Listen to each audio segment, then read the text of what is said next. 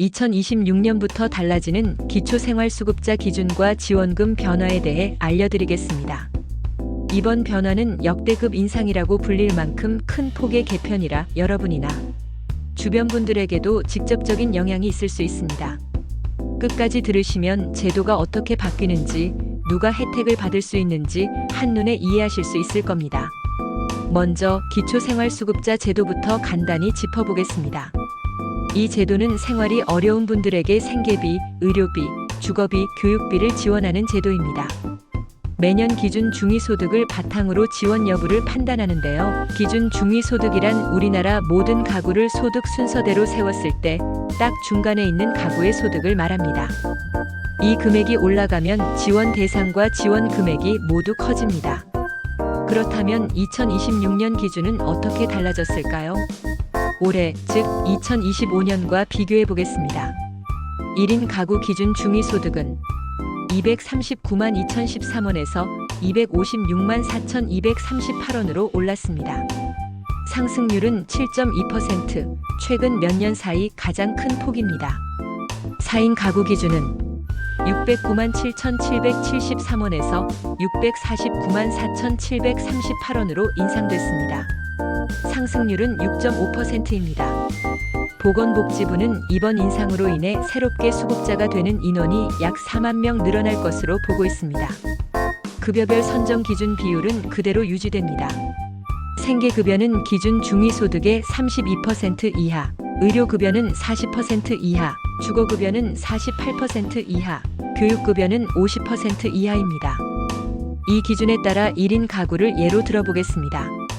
생계급여는 약 82만 556원 이하, 의료급여는 102만 5,695원 이하, 주거급여는 123만 834원 이하, 교육급여는 128만 2,119원 이하입니다. 4인 가구는 이렇게 됩니다. 생계급여는 207만 8,316원 이하, 의료급여는 259만 7,895원 이하, 주거급여는 311만 7,474원 이하, 교육급여는 324만 7,369원 이하입니다.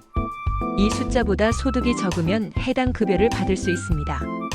2026년에는 금액 인상뿐 아니라 제도 개선도 함께 이뤄집니다.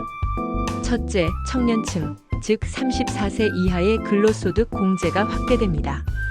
덕분에 일을 하면서도 수급 자격을 유지하기가 훨씬 쉬워집니다. 둘째, 자동차 재산 기준이 완화됩니다.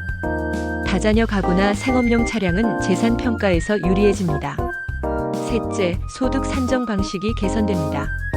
실제 생활 여건을 더 정확하게 반영할 수 있도록 조정된 것입니다. 그렇다면 신청 방법은 어떻게 될까요? 신청은 두 가지 방법이 있습니다. 하나는 주민등록상 주소지의 읍, 면, 동주민센터에 방문하는 방법, 다른 하나는 복지로 홈페이지를 통해 온라인으로 신청하는 방법입니다. 신청할 때는 신분증과 소득재산 증빙 서류, 그리고 주거급여 신청 시에는 임대차 계약서를 준비해야 합니다. 중요한 점이 있습니다. 가구원 전체 소득과 재산이 기준이 되기 때문에 함께 사는 가족의 소득도 반드시 확인해야 합니다.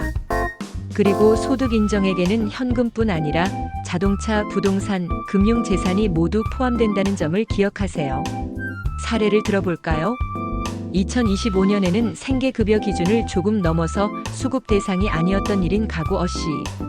2026년 기준이 올라가면서 내년부터는 매월 약 82만 원의 생계급여를 받을 수 있게 됐습니다.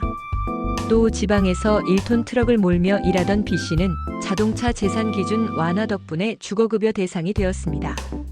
이처럼 제도 변화는 실제 생활에 직접적인 변화를 가져옵니다. 여러분이나 주변에 해당 가능성이 있는 분이 있다면 꼭 이번 기회에 확인해 보시기 바랍니다. 오늘은 2026년 달라지는 기초생활수급자 기준과 변화 내용을 살펴봤습니다. 이번 변화는 금액 인상과 자격 완화라는 두 가지 장점이 동시에 있습니다. 혹시라도 해당될 가능성이 있다면 놓치지 말고 신청하세요. 이상으로 안내를 마칩니다. 들어주셔서 감사합니다.